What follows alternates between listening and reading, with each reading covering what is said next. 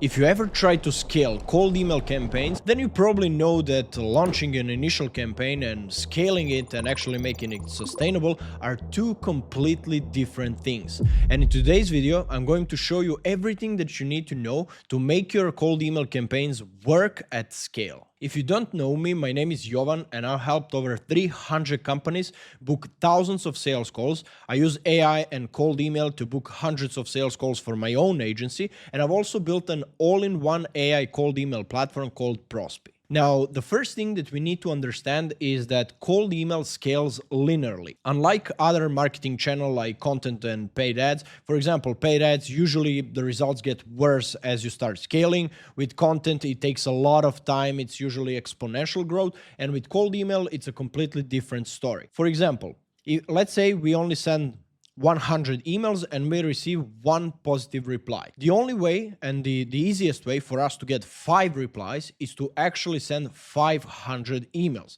Same goes with 1,000 emails, 2,000 emails, and so on. Now, after sending tens of thousands of emails, things change slightly, which is something we're going to explain in a second, but generally, cold email scales linearly. There's a couple of different things and factors that we need to consider when we try to scale our cold email campaigns.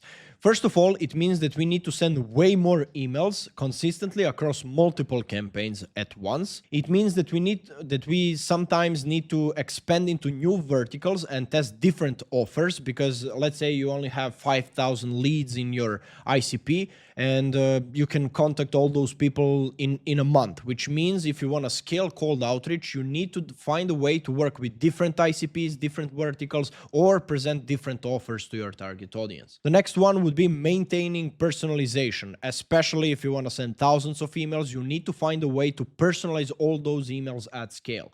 And finally, we want to ensure high deliverability, because usually when you start scaling, it's more obvious to all the spam filters and spam checkers to what you actually do, what you're doing.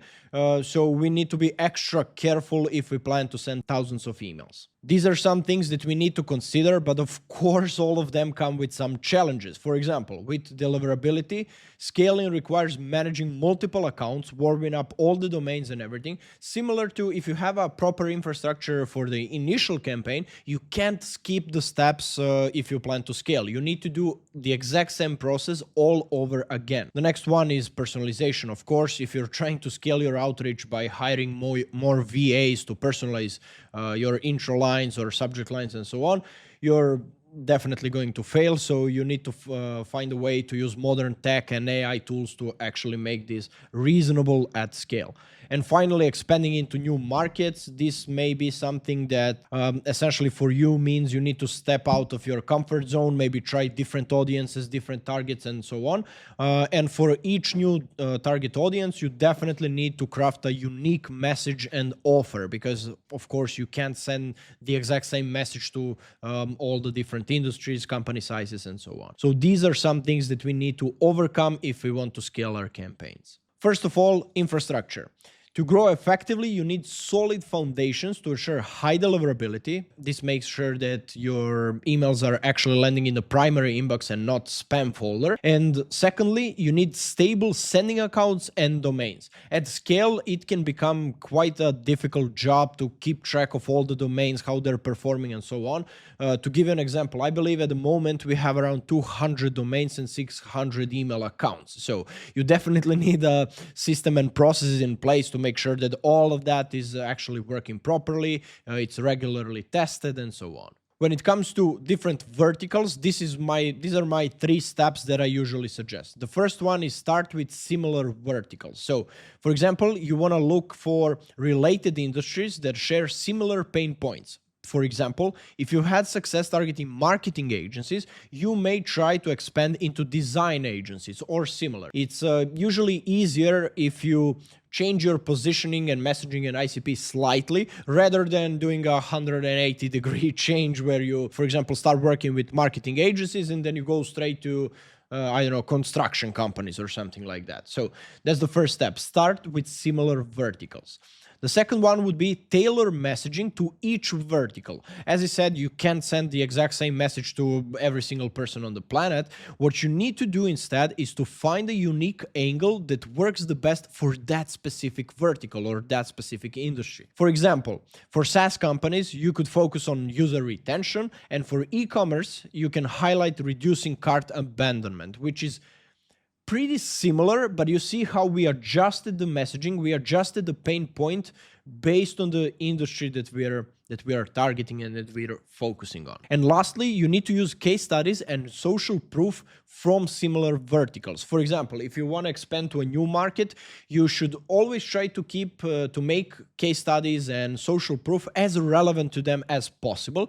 So if you have similar examples from a similar industry, those usually perform much better than just randomly throwing some numbers from the industry they have no idea and they know nothing about. So we need to leverage testimonials or success stories from relevant industries. If you don't have testimonials or success stories or something like that, you can use some industry insights or something like that, something that positions you as an expert in their specific industry. For example, we've helped several online retailers increase conversions. Here's how we can help your team as well. One thing and one method that you could try is expanding into new verticals and new industries. And the second one is expanding your offer range. So, for example, you can tweak your core service or product to fit the unique needs of new verticals. For people who say high ticket services, it makes sense for them to actually pay you a couple $1,000s per month for a complete done for you service.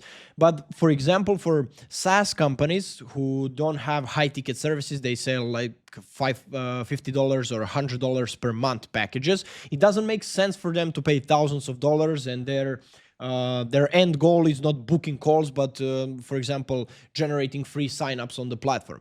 You can still use your service, but you can tweak the positioning and the offer to make sense for the new vertical that you're trying to expand in. Another example would be creating landing pages. Let's say your company does that. For SaaS companies, you can focus on demo sign-up pages, and for e-commerce, you can target product pages.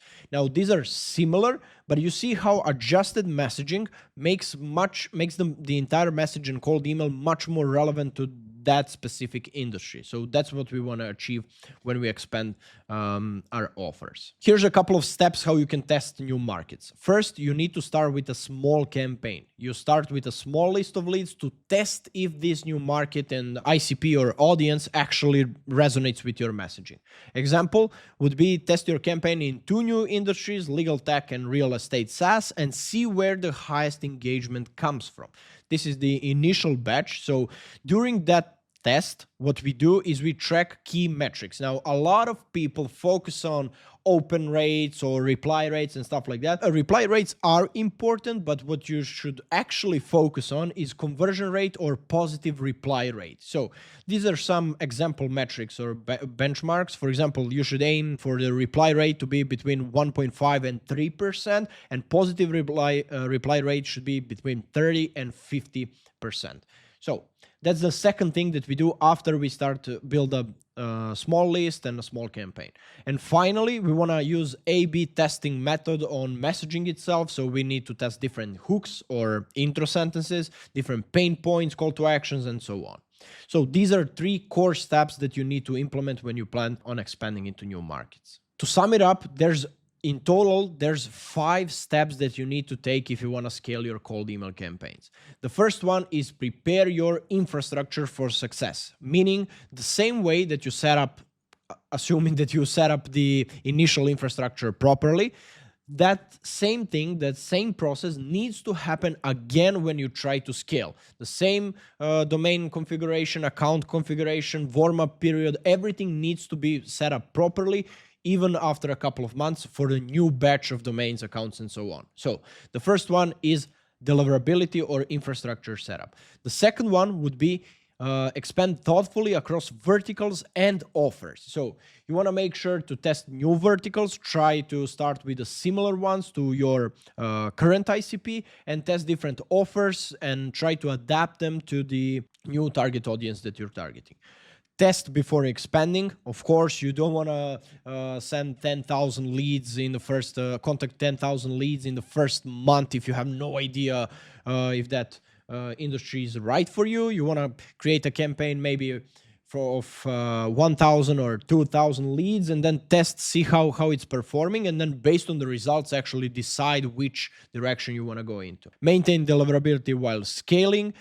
This means that you still need to be careful about the copy itself. You should avoid all the spammy words, links, images, and so on. And finally, personalization at scale. If you send thousands of emails every single day, it's easy for Google, Outlook, and other spam filters to catch up, to see what you're doing. So you definitely need to make all the emails as personalized as possible.